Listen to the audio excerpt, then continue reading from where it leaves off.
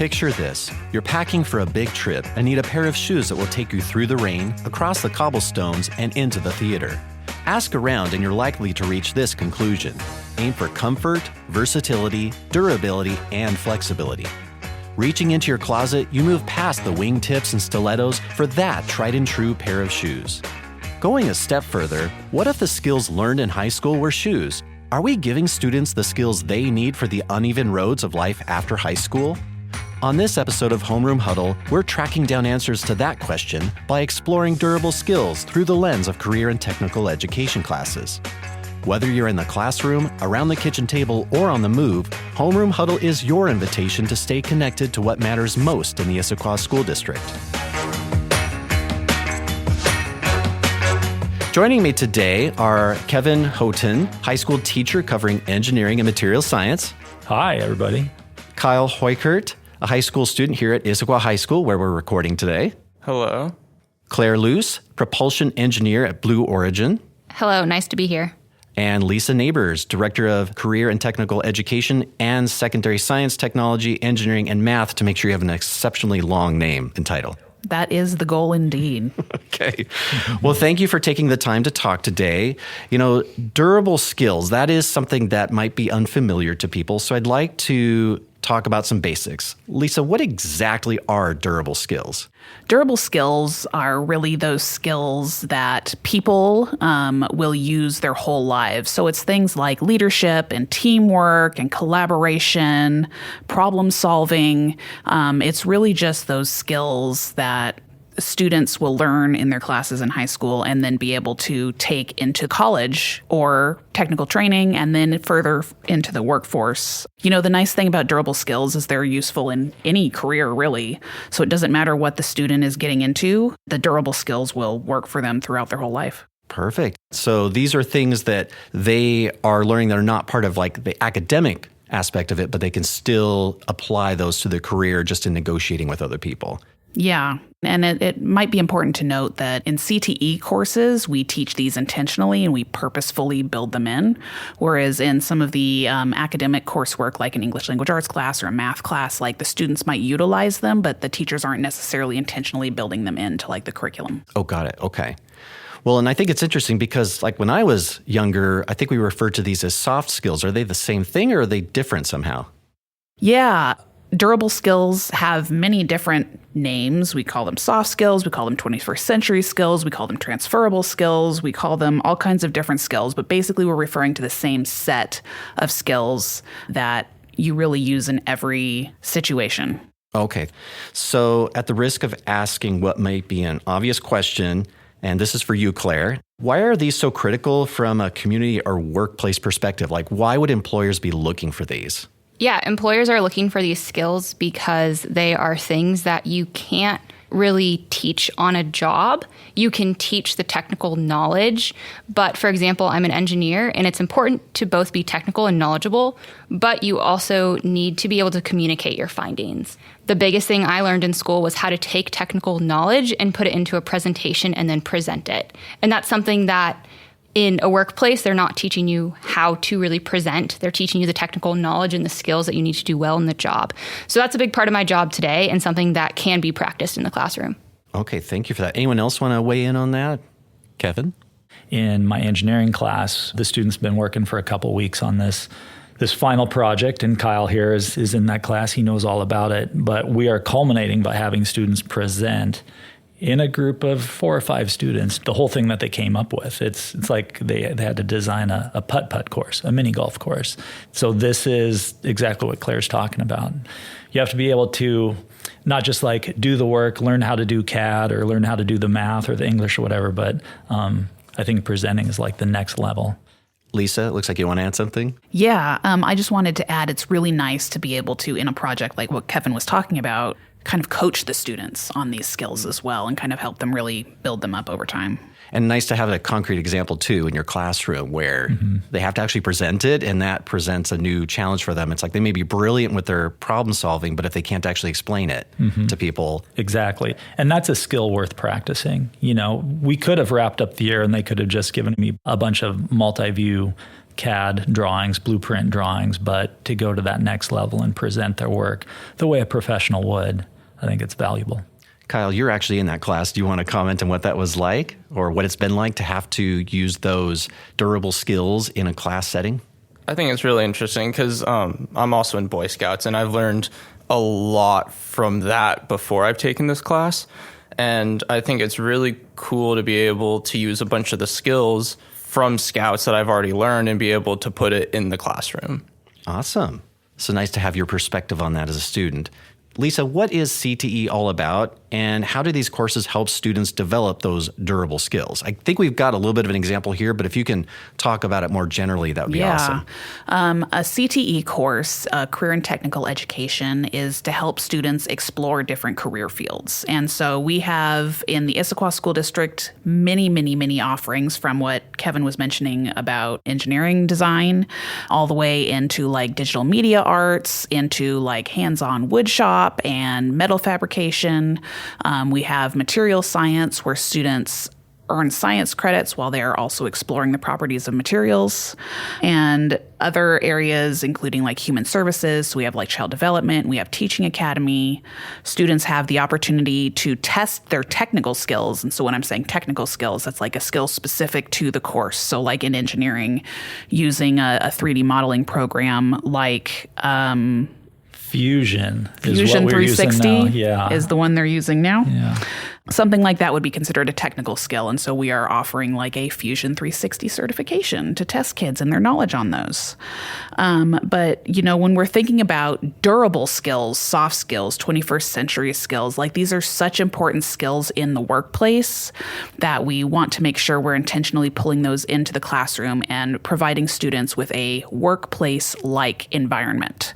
So they get a project like creating a mini golf course, and then they're set up in groups and they have to work together with their teamwork and their communication skills and their presentation skills to really understand those durable skills and like practice them in the classroom. Other places, you know, public speaking and leadership, like all of these skills really play into the CTE course and the way that we try and reflect the workplace to the best of our ability while still in middle and high school. Okay, perfect. Kyle? Yeah, I'd also like to add into that. I think it's especially important to get these skills in high school or even earlier on, because these are things that can take a lot of time to develop too.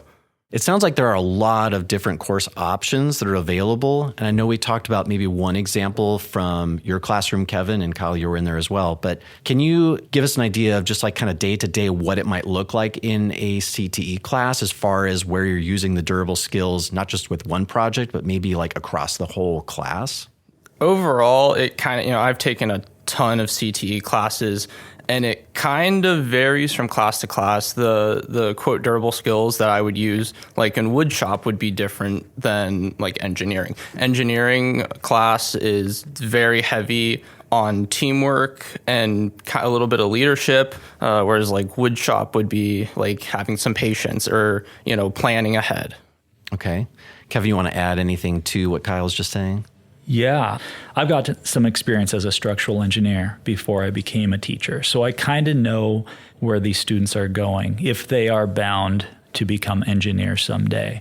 So I have a good idea of what an engineering office looks like, and I know what needs to happen in the classroom. So I kind of cater the experience based on the students and where I think they might be going.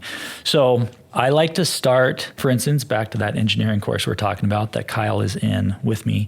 I like to start the year by packing in a lot of know-how, like teaching students the skills of an engineer, the tools of an engineer. And, we hit a lot of that pretty hard. And then more towards the second half of the year becomes like it's time to do the projects. And so that's, as Kyle was mentioning, there's a chance for teamwork and some leadership.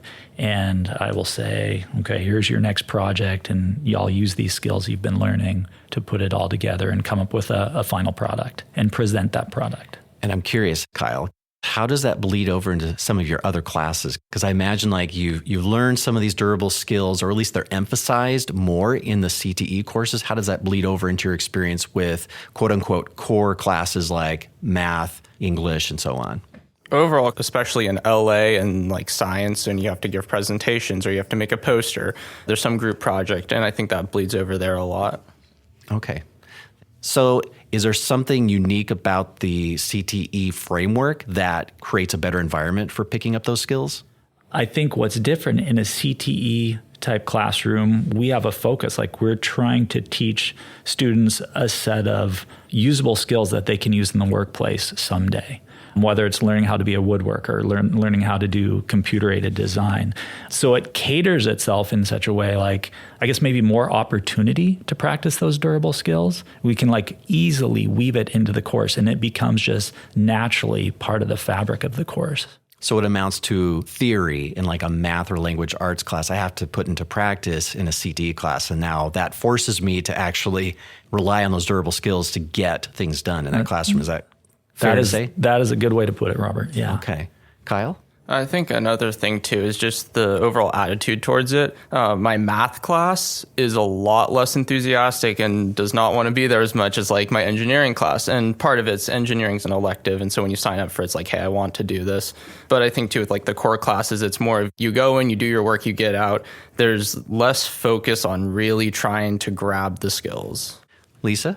I guess to kind of build on what Kyle was saying, having the ability that I do to go between CTE courses and like core academic courses, I would say these durable skills that students are practicing both in academic and in CTE classes are something that's really relevant. But maybe the hook of having the interest-based CTE content makes a difference in the way the students are practicing the skills rather than being like, oh, it's just homework. It's another thing that I have to do for my science class. We have to write a lab report.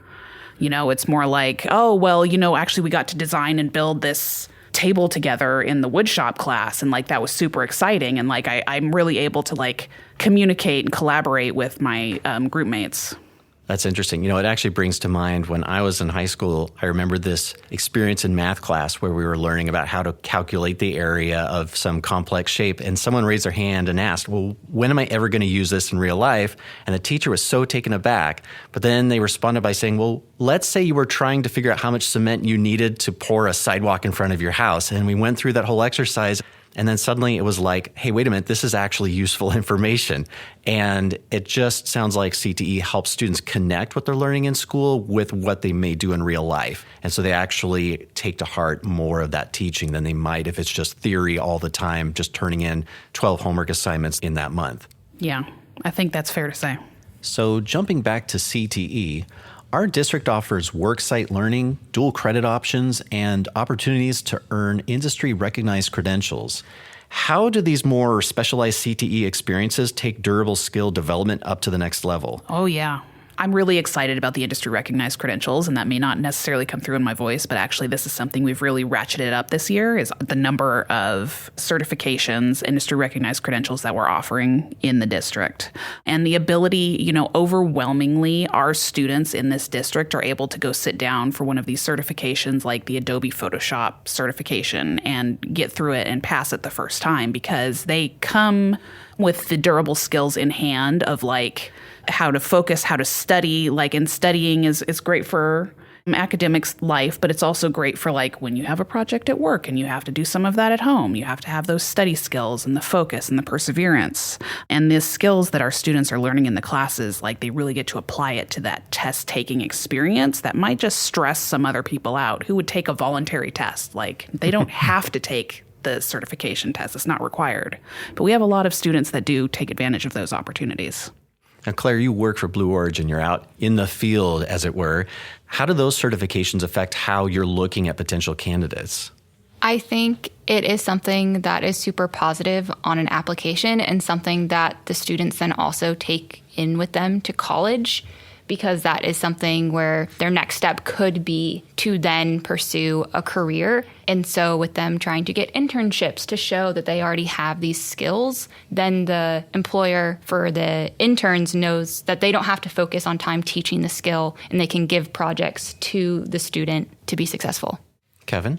It's also a huge confidence builder for these kids, because they're like in high school, they've got their middle school classes under their belt, elementary school classes under their belt, but suddenly they are taking like professional level tests and certifications. And they say to themselves, I'm on my way. Like, this is going to happen. They know they've got it in them. Yeah, I hadn't even thought about the student perspective on that. So that's really cool that they have the opportunity to develop that confidence, but they're also getting a certificate that maybe it's not exactly the certificate they're looking for, but perhaps it still shows that like, okay, this is someone who's willing to work harder than maybe some of the other applicants and helps them stand out. I do have a question for Kyle. I'm wondering if you have taken any of the certification tests this year at all? I did do OSHA 10, yeah. Okay. Could you give us maybe some insight on like some skills you might have gotten through that process? OSHA 10's all about like work safety and stuff. And I think it's really good to know, hey, whatever career I go into, that I have basic like safety rights and stuff. And if something's wrong, then I know about it. It's not, the company can't like hide anything from me. Claire?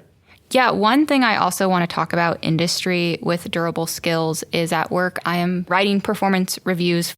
And most of the things that you comment on in your performance review is the durable skills. It isn't this person didn't know this equation in this environment or didn't know how to calculate or plot this on a graph. It is the durable skills that you're saying, hey, they did a great job in these past 6 months, or they need to work on these XYZ durable skills. And so that's really an industry. The performance review is looking at durable skills. Yeah, is this someone I can work with? Are they communicating properly? That makes a huge difference.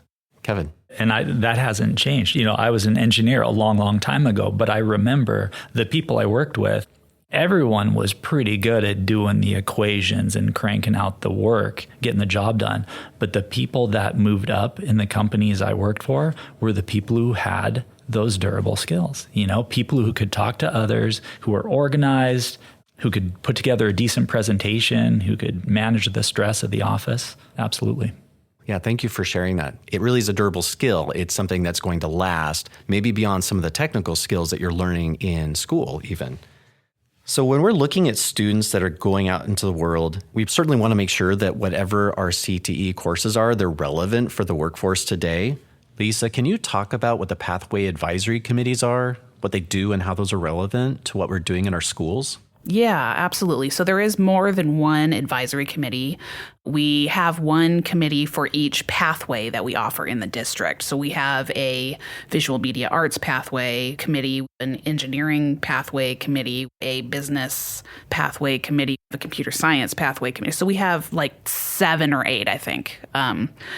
And what those people do is it's made up of teachers, it's made up of industry professionals, so a lot of different people who represent different aspects of all the industries who try and pull in as much different type of experience as possible to really help our teachers get a good grasp on what's going on, to make sure that our students are, again, learning the relevant skills that will help them bridge into the workforce. Okay. Claire? I'm on the engineering advisory board, and we're able to come alongside the educators and provide that insight to the current industry environment. So this could include new skills that I'm having to apply to my job or technology that we're having to use that employers are also asking employees to adopt or to know, or looking for applicants when they come in that they have these skills. And then also trying to help educators with what should they be implementing in the classroom that is also applicable to the real world. So at work, I sit on interview panels, and so I'm informed about what employers are directly hiring for, and that can help the educators guide their classroom. And then especially in engineering, technology is always changing. Therefore, we're bridging the gap between the school and career. Okay. So how does all that committee discussion and guidance that's taking place actually affect what's happening in the district? What's that kind of handoff look like? Lisa, you want to touch on that? But maybe Kevin has something to say about that as well. Yeah, so Kevin might have a little more recent insight. Typically, what would happen is I just kind of oversee the pathway committee. So we have a whole district level. We have one big one that oversees all of our curriculum, and they give us kind of insights on courses we might not be offering now that maybe we should be offering because they relate to up-and-coming technologies such as AI and machine learning. That's been a huge one over the last year or two. They kind of give us guidance on types of skills that students should be learning in class. And I will say, to be completely honest, the biggest thing we hear heard from our general advisory committee, which is the one top district level one, is durable skills are the most valuable thing that we can teach students as they come through high school. Okay, so good overview on how that committee works. But Kevin, I heard in there that you are now our resident expert on what these look like firsthand. So can you talk to us about what you observe there on that committee that you're on? Yeah. So our committees meet 3 times a year, in the fall, midwinter, and towards the end of the year. And it is an excellent opportunity for all of us teachers to get together with these industry professionals, because we can ask some of these questions like, right now I'm teaching my students using, we'll go back to the example of CAD. We use the Fusion software. Is that really relevant? Are they using that out in industry? Because we don't necessarily know. We haven't been in industry for a long time. Some of us have not been in this particular focused area of industry. And so the professionals can say, yeah, for sure, that works, or that's very similar to what we currently use in our office. Here's an example that came up just in one of our last meetings that I thought is pretty relevant and thought-provoking. AI is on everyone's mind. And as teachers, we wonder, what are the boundaries in education? How much should we be using AI? Of course, we don't want our students to use AI to write their English papers. We want them to be thinking for themselves. In the world of engineering, you think, AI is an excellent tool. And it might have even been you, Claire, that said you had a friend or knew somebody. If I'm making this up, you can tell me, but it's an expectation to use AI when it comes to computer science and programming in some of these companies. And for the listeners, Claire is nodding emphatically right now. Right. And if you're, from what I understand, if you're not using AI, you are not looked kindly upon. Like, you better be using AI as part of your job, because that's going to help you work more efficiently. And your job, maybe as the computer scientist, is to just check the work that the AI does. And I say that to my students, I remind my colleagues, and it's an eye-opener. Like, AI is here to stay, and we need to embrace it. Yeah, Claire, you're nodding a lot. I want to know what you have to say about that. Yeah, that is something that at work we have all these AI tools. Of course, they're not the public ones because of different information in company. And if you're dealing with different technology, it has to be not just out there with everyone, but we're using AI, and it's an expectation because employers at the end of the day are making a product or having a service, and they want that product or service to be made or provided the most efficient way possible. And so there is an expectation that you're using AI in your day-to-day job. That's interesting. I know I use it in my job, but it's finding that line, right? Where it's like we don't want students using it as a shortcut to their learning, but we also realize that sometimes that is a tool that can help you do things faster, just like your dishwasher is a better choice than doing it by hand. And we just accept that. Kyle, you are representing our whole student body right now. What does that look like for you in the classroom? How does AI fit into what you're doing? Or how does that community involvement, as far as like guidance on what skills are most useful to be learning in your classes, affect what you see happening in the classroom? No pressure. No pressure, yeah, none at all. Mm-hmm. You're representing everybody, Kyle. Right.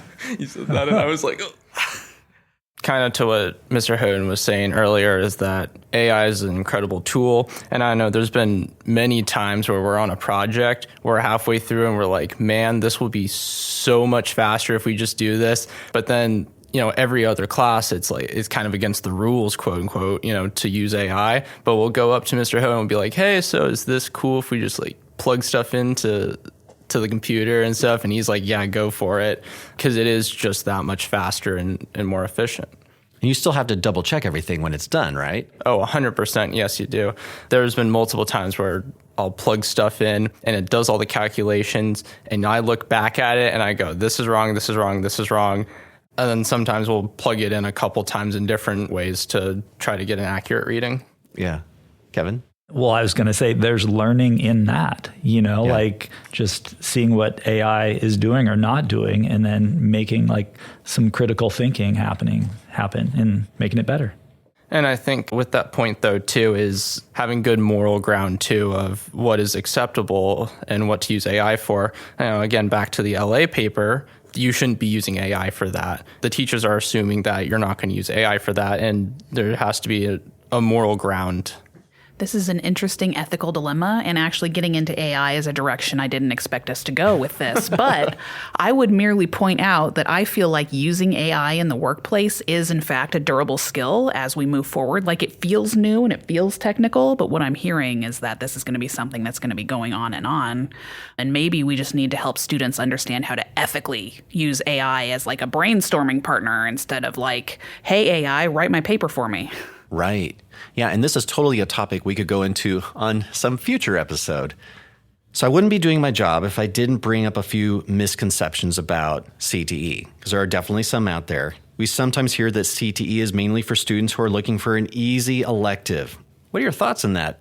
I will start by saying that career and technical education is for more than just students who want an easy class, or it's more than just for students who want to go to work in the trades. Like, students can go into careers like being a lawyer, being a teacher, being an engineer, as we've had a lot of conversation about today, becoming a welder, becoming a chef. The CTE courses, especially those that we offer here in the Issaquah School District, really help students learn both the technical skills as well as to explore a wide variety of career fields that they might consider in the future. But as they're exploring, if a course doesn't align perfectly, the nice thing is they can use those durable skills in any workplace or any course in high school or college or technical training. Okay. Kyle. First of all, it kind of depends from elective to elective of what's considered, quote, a hard course. Of course, it's different for everybody, but like engineering class, I have to work at that sometimes. And there's some nights for sure that I'm like staying up a little bit trying to work stuff out. I would not call every single CTE course easy, but I do say with that though is that I think they're a lot more fun. And I think if there's a passion for it, then it's a really good opportunity to be able to go do that and to be able to do it with other people. And that's part of the reason I like the engineering class so much and why I like all of these CTE classes is there are a lot of other people that also want to be there and are doing the same thing that I'm doing. It's not often you get to be in a class where you're building something together or working out a concrete, real problem as a team. Kevin? In any one of our district CTE courses, the level of depth and breadth a teacher could go into, it's wild. In my engineering course, I often tell my students we could teach this class, or I could teach this class deep into the summer and into the fall. We need 3 semesters for the class, not 2. And I see it as an opportunity to really let my students sample what it would be like to be in an engineering classroom in college even. It's not just about preparing them for the future workplace, but like giving them a pretty good sample of what academics look like beyond high school. And I got to say, I push them pretty hard. Not to push you to the level of stress, but I want you to get a feel for what it can be like down the road. Yeah. Thank you for that. Okay, here's another one. CTE leads to limited career options or only lower paying jobs. Who wants to tackle that one? I'll take it. I think one thing that CTE teaches students, and then also when you go into college, is in high school, I knew I wanted to be an engineer and actually an aerospace engineer. But I didn't know that there were mechanical engineers that could also do the same job and electrical engineers that could also work on airplanes or work on rockets.